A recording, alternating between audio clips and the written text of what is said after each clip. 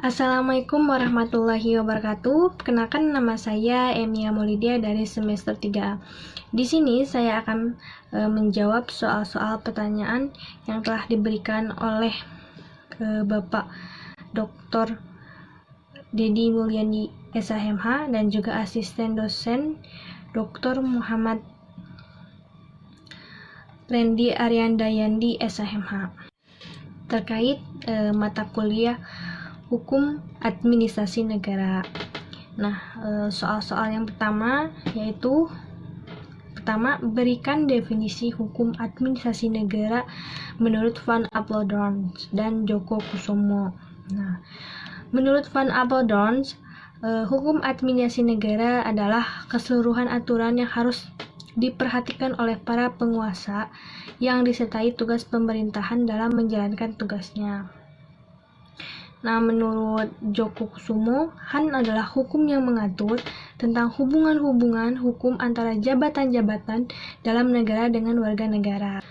Selanjutnya, pertanyaan kedua yaitu sebutkan sumber-sumber hukum formal administrasi negara. Nah, yang pertama ada undang-undang, yang kedua ada praktek administrasi negara atau konvensi administrasi negara sebagai kebiasaan dalam praktek, yang ketiga ada jurisprudensi, yang keempat ada doktrin atau pendapat para pakar hukum terkemuka. Selanjutnya pertanyaan yang ketiga yaitu mengapa hukum administrasi negara belum dikodifikasikan. Nah, jelaskan faktor-faktor yang menyebabnya. Nah, faktor-faktor penyebabnya yaitu yang pertama ada perubahan dalam bidang hukum administrasi negara terjadi dengan cepat. Yang kedua, pembentukan dan pembuatannya tidak dalam satu tangan. Selanjutnya, yang keempat, pertanyaannya yaitu jelaskan perbedaan hukum administrasi negara dengan hukum tata negara. Nah, di dalam hukum administrasi negara itu bersifat aktif. Dalam artian jika hukum tata negara berbicara tentang lembaga-lembaga negara atau yang disebut sebagai tris politika atau jabatan-jabatan, maka HAN mempelajari sifatnya, bentuk, dan akibat hukum yang timbul karena perbuatan hukum istimewa yang dilakukan oleh para penjabat dalam menjalankan tugasnya. Kemudian yang kelima, jelaskan hubungan hukum administrasi negara dengan hukum tata negara. Nah, keduanya sama-sama merupakan hukum negara, itu sama-sama mengatur dan memberikan pengarahan sehingga negara mampu menjalankan tugas-tugasnya dengan baik, merupakan bidang-bidang ilmu pengetahuan yang berdiri sendiri termasuk ke dalam hukum publik. Selanjutnya yang keenam, pertanyaannya yaitu apakah yang dimaksud dengan ketetapan basic king.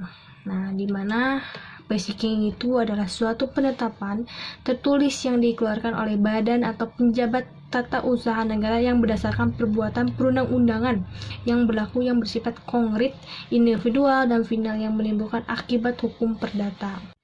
Selanjutnya pertanyaan yang ketujuh yaitu sebutkan unsur-unsur ketetapan. Yang pertama ada penetapan tertulis, yang kedua dikeluarkan oleh badan atau penjabat tata usaha negara atau TUN, yang ketiga ada didasarkan pada peraturan perundang-undangan, yang keempat bersifat konkret, individual, dan final, yang kelima menimbulkan akibat hukum bagi seseorang atau badan hukum perdata.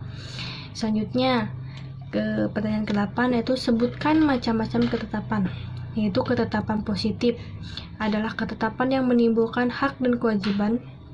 Yang kedua ada ketetapan negatif adalah ketetapan yang tidak menimbulkan keadaan hukum baru, atau yang ketiga ada ketetapan deklaratoir adalah ketetapan yang menyatakan bahwa seseorang dapat diberi hak sesuai dengan ketentuan perundang-undangan secara otomatis. Selanjutnya ada ketetapan konstitutif adalah ketetapan yang menimbulkan akibat hukum. Selanjutnya pertanyaan yang terakhir yaitu jelaskan pengertian peradilan administrasi negara dan jelaskan tujuan diadakannya peradilan administrasi negara. Peradilan administrasi negara adalah badan yang mengatur cara-cara penyelesaian persengketaan internal administrasi negara dan persengketaan eksternal administrasi negara. Nah, tujuan diadakan peradilan administrasi negara atau peradilan tata usaha negara Yang pertama, untuk melindungi pihak-pihak dirugikan akibat ada kesalahan aparat administrasi negara maupun kesalahan atau pelanggaran hukum yang dilakukan oleh warga masyarakat. Yang kedua, akibat adanya putusan administrasi negara yang merupakan pihak yang dikenai putusan tersebut. Nah, sekian pertanyaan-pertanyaan yang saya jawab.